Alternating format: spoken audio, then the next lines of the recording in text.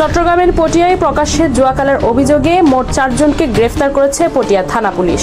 বুধবার 11 মার্চ দিবাগত রাত প্রায় 1:30 দিকে পটিয়া থানাধীন কুসুমপুরা ইউনিয়নের 2 নম্বর ওয়ার্ড এলাকায় অভিযান চালিয়ে তাদের গ্রেফতার করা হয়।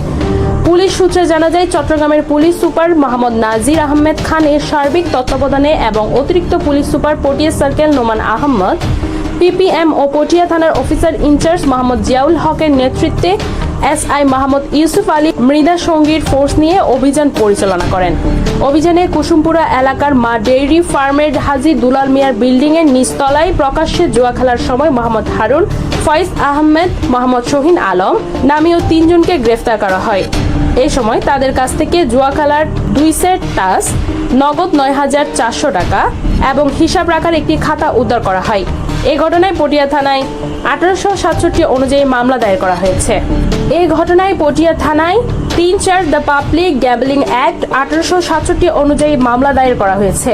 এছাড়া একই অভিযানে ফৌজদারি কার্যবিধির 151 ধারায় সম্ভাব্য অপরাধ প্রতিরোধমূলক ব্যবস্থার অংশ হিসেবে মোহাম্মদ জহিদুল ইসলাম উর্ফে হাসান নামে আরও একজনকে গ্রেফতার করা হয়।